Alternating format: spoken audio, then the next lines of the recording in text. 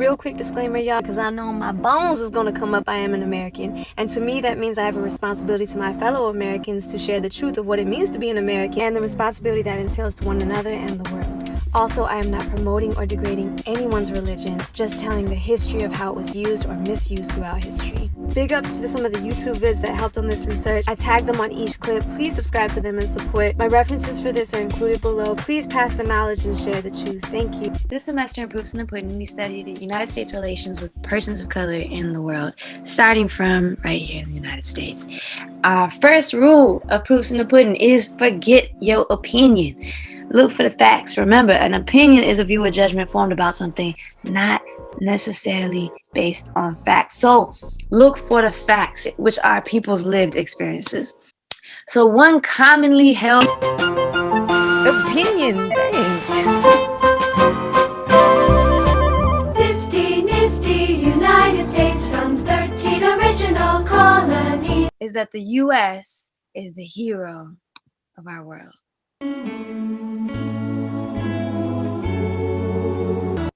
And that the colonizers worked very hard to give us the gift.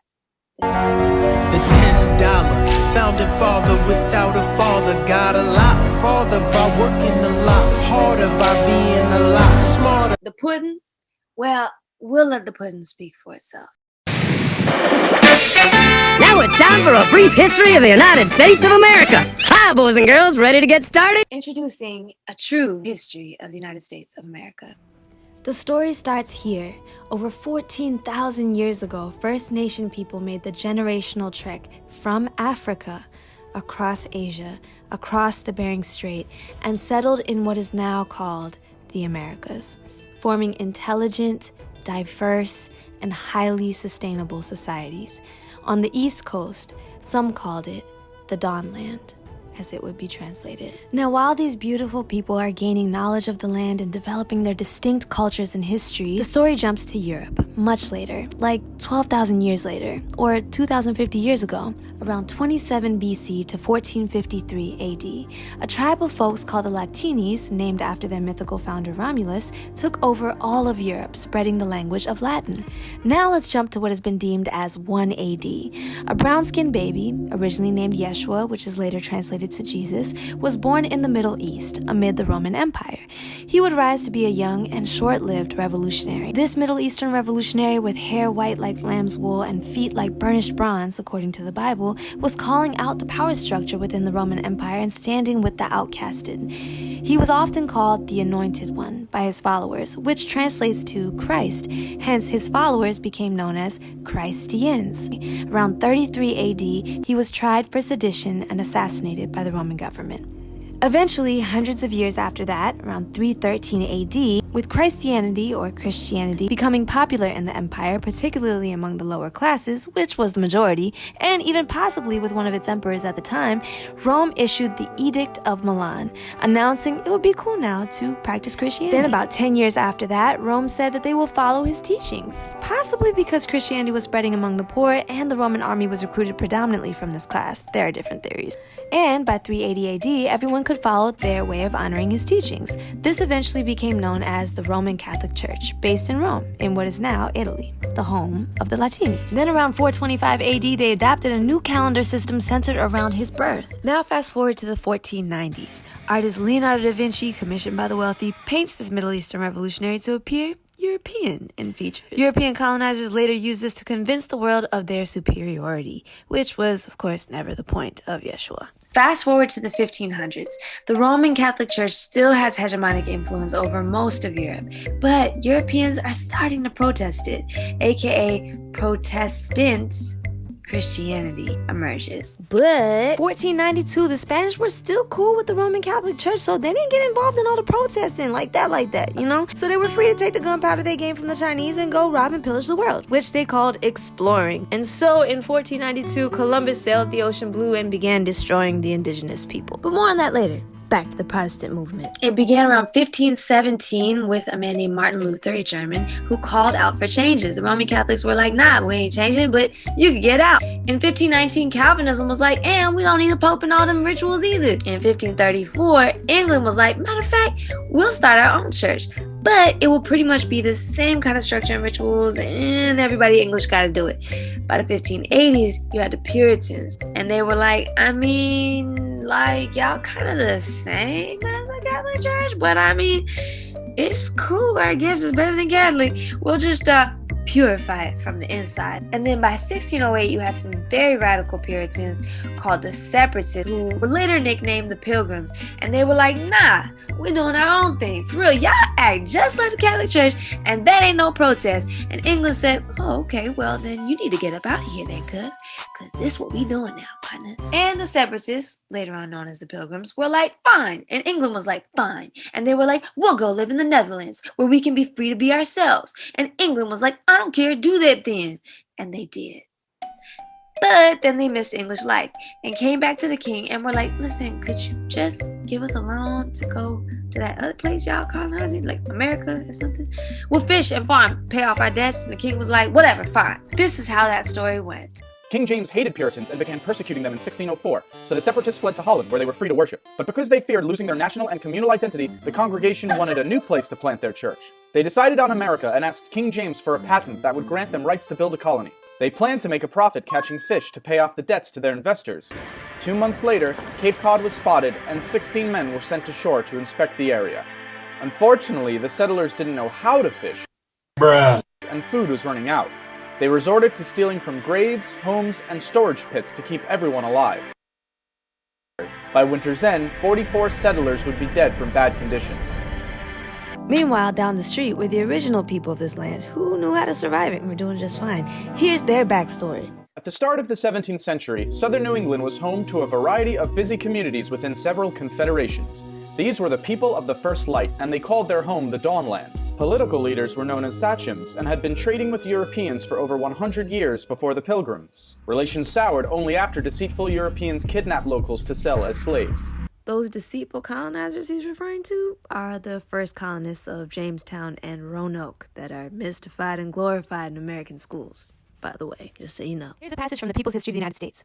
Jamestown itself was set up inside the territory of an Indian confederacy led by the chief Powhatan. Powhatan watched the English settle on his people's land but did not attack, maintaining a posture of coolness. When the English were going through their starving time in the winter of 1610, some of them ran off to join the Indians, where they would at least be fed. When the summer came, the governor of the colony sent a messenger to ask Powhatan to return the runaways, whereupon Powhatan, according to the English account, replied with no other than proud and disdainful answers, probably the likes of they ran to us, shouty. So some soldiers were therefore sent out to take revenge. They fell upon an Indian settlement, killed 15 or 16 Indians, burned the houses, cut down the corn growing around the village, took the queen of the tribe and her children into boats, then ended up throwing the children overboard and shooting out their brains in the water. The queen was later taken off and stabbed to death.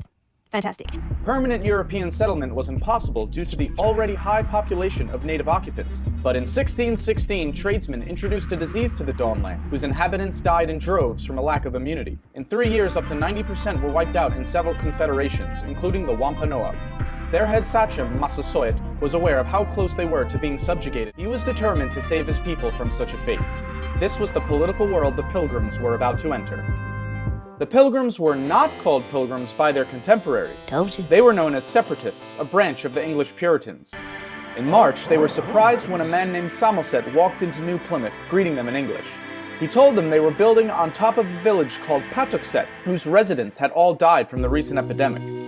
It belonged to the Wampanoag, and their chief, Massasoit, was watching them. The settlers were eager to trade, so 5 days later, Samoset returned with furs and companions, including Tisquantum. Known famously as Squanto, he had come to tell them in perfect English that Massasoit had arrived.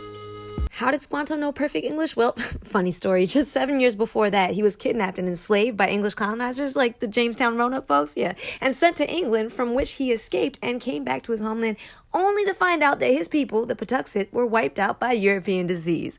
Awesome. He was taken in by the chief of the Wampanoags, Massasoit, but the chief could tell his spirit was tainted with rage, so he nicknamed him Tisquantum, which in his language means the wrath or rage of God. Squanto was, in fact, an embittered man, but he super helped the Pilgrims figure out what in the name of whitewashed Jesus they were doing and taught them how to fish, farm, and hunt. He also helped to establish a peace treaty with the Wampanoags and the Pilgrims. After that, more Puritans came over from Europe, like, the ones that stayed with the Church of England, and killed Massasoit, putting his head on display for 24 years. And they massacred everybody First Nation, and encouraged others to massacre them too, because America. a new celebration was formed to celebrate the victory and slaying of all of those Native Americans, and it was called Thanksgiving. In 1937, they had their first official all pilgrims Thanksgiving, which means there were only white pilgrims and no other Native Americans allowed. Notice how the textbooks and Google all say that the first Thanksgiving was on 1621. Interesting how they picked a date in history where things actually were good, but just a couple years after that, this huge massacre would take place. And it continued. The Puritans continued going to different tribes and attacking them, selling children as young as 14 off into slavery. They would literally fill boats with like 500 people at a time and ship them back to England and just murdering anyone else. There were even bounties paid for Indians. They were hoping that it would encourage more people to get involved in slaying them. One time they had a really successful day of murdering people, and they decided to celebrate by playing with soccer balls. And despite the treaty that was made, most of the chiefs were executed, including the session who first helped the pilgrims out. For 24 years on display for everyone to see. And so these celebrations and massacres have continued for many years to come. And George Washington became the first president in 1789, and he decided that there should only be one day set aside every year to celebrate all of these successful massacres. When he created the Thanksgiving Proclamation, the Native Americans aren't even mentioned in it one time, even though they were basically the reason that the pilgrims were able to establish themselves. Later on, when Abe Lincoln became president during the mid-1800s during the Civil War, he declared Thanksgiving should be a national holiday on the last Thursday of November, but he thought it should be a day that was all about family and being thankful, and it would bring the country together and help with the Civil War. Thanksgiving was first celebrated as a national holiday on November 26th of 1863. To this day, hundreds of Native Americans gather together at Coles Hill in Plymouth, Massachusetts, and for them it's actually referred to as a day of mourning. National Day of Mourning is on Thanksgiving, and it is used as a time to remember what happened to the Native Americans of this land. Obviously, this is a terribly sad story, but I feel like it's so important that we know the truth, and I plan to tell my kids the truth, not what I was told, because for a long time I just thought it was like a big old party. This Thanksgiving, I challenge you to donate to the Native Americans. You can donate to the Native American Rights Fund, that is linked below, or there's also a donation link to the Native American Heritage Association, helping Native American families in need living on reservations in South Dakota and Wyoming. Speaking of reservations, how'd they get there? Oh, because biological warfare and mass genocide wasn't enough, and the little First Nation people that remained had to get up off their land, so the U.S. government was like, hey, get out. The passage of the Indian Removal Act in 1830 forcibly removed members of the Cherokee, Muskogee, Creek, Seminole, Chickasaw, and Choctaw nations from their ancestral homelands in the southeastern United States to less desirable and arable areas to the west of the Mississippi River that had been designated as Indian Territory. Relocated people suffered from exposure, disease, and starvation while en route to their newly designated reserves. Thousands died before reaching their destinations or shortly after from disease. Next, November 29th, 1864, the Sand Creek Massacre. After about 750 peaceful Cheyenne and Arapaho, led by Chief Black Kettle, were forced to abandon their winter campsite near Fort Lyon in southeastern Colorado, and they set up camp at Sand Creek. 650 volunteer Colorado soldiers took it upon themselves to attack, scatter them, and then slaughter 148 men, women, and children because America. As undeniably tragic of a story as this is, the First Nation people also fought back hard. Forget what you heard. People of color are by no means an easily conquered people. 1622, Powhatan Nation fought back, attacked, and killed colonizers in Jamestown. 1640 to 1701, the Haudenosaunee fought back against encroaching French colonizers. 1675 to 1676, Chief Metacom, called King Philip, fought back against the Puritans. 1711 to 1715, the Tuscarora First Nation burned North Carolina settlements, fought back against and killed colonizers. In 1715, the Yamasee Nation formed a confederacy with other local tribes and forced many settlers to flee, devastating the colonizers' economy. Poor them. 1816 to 1858, the Seminole Wars, Seminole Nation fought back.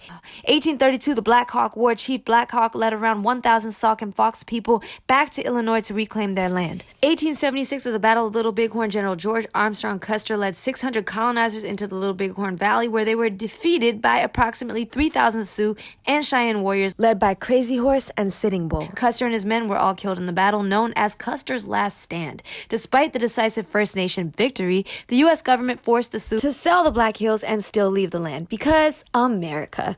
Apache Chief Geronimo fought back hard against anyone who tried to push his people off their land. After going hard, he was eventually captured, eventually died as a prisoner of war for fighting to keep his own land.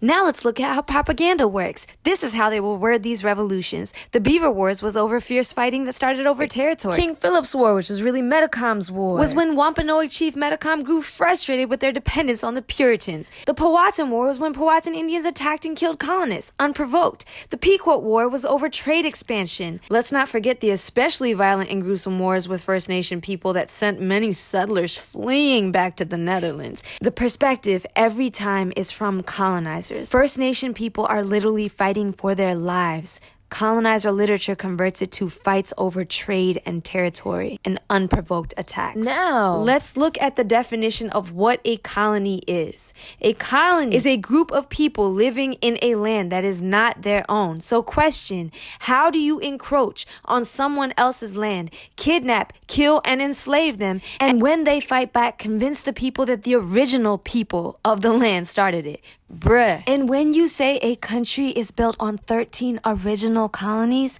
first off, original and colony makes that an oxymoron. That's like saying the first non-firsters. Let's be honest about history. So where are they now? I'm glad you asked. The Dawes Act of 1887 authorized the U.S. government to continue to confiscate tribal land and reassign them unusable land as individual plots, effectively destroying their historically communal agrarian societies.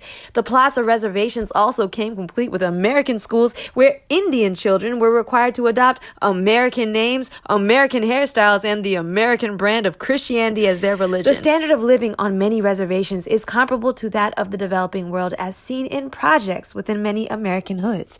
They come complete with problems of infant mortality, low life expectancy, poor nutrition, poverty, of course, and alcohol and drug abuse due to depression. The two poorest counties in the U.S. are on First Nation reservations. This is what we call genocide and social engineering. Very popular colonizer tactics. So let's recap. So after kidnapping and enslaving First Nation people, and after the Great Dying due to assumed unintentional biological warfare, and after the remaining First Nations showed them how to survive, they began massacring the original people of this land in droves and for rewards in order to make way for America. And of course, anybody who rebelled against their genocide were slaughtered. Fantastic. And the rest of them who were still on their ancestral homeland had to get up out of there and move to the most unfit land for farming, where they were miseducated or sent away to be miseducated and abused and maybe even killed by malnutrition. Fantastic. And even the remaining First Nation people were told lies about the real Thanksgiving. Growing up, I would be kind of annoyed that they didn't know what actually happened on Thanksgiving and that they're actually celebrating the deaths of many people and many tribes that were lost. And before they killed First Nation people, they also noticed that they had a very civil way of handling politics. Raise my moccasins for those white man shoes. Our bylaws of the Iroquois Confederacy is what Franklin and Jefferson lifted to use what they call democracy here. So the idea of democracy, that's not imported, that's indigenous, and that came from us. So they took the ideas and had our schools teach us that white men came up with it. Did you know over 26 states of the United States have names of First Nation origin? Like Alaxiques, which means the place the sea crashes against in the native Aleut language, or Kansa, which is the name of the Kansa tribe, or the people of the South Wind. Massachusetts is a Wampanoag name meaning the range of hills. Missouri means big canoe people for the Missouri people. Dakota is a Sioux word that means allies and is the name of their nation. Ohio is Seneca, for it is beautiful. Which means over half of the United States is named in honor of the people they massacred to steal it. Here's the original. Notice the nations that existed before they became states. So that must mean some form of respect, right? Declaration of Independence, the phrase savage Indian is written in it like 3 or 4 different times, and nobody's ever changed it or addressed it or anything. But it doesn't stop there. Remember, the majority of First Nation people, at least on the East Coast, were wiped out due to European disease. What will the colonizers do without people to show them how to do things? Well, that, my friends, brings us into the actual story of the U.S. and African Americans. Get ready, because this one's a doozy. Alright, y'all, I know that was a lot and really just the surface, but like the late Nelson Mandela said, education will be our most powerful weapon by which to change the world. So if you want to empower yourself against ignorance, click below for a free study guide and quiz yourself on the real knowledge of American people with our free Jeopardy game below. And donate for more content like this to Brown Girls Think on Cash App. It really helps. Up next is the most covered up, disjointed, and lied about history in the world. The story of Africans in this country. Arm yourself with the truth and change the course of this planet. Alright, y'all. I'm Prashona and Bree, and I'll see y'all on the next one. Peace, love, and truth.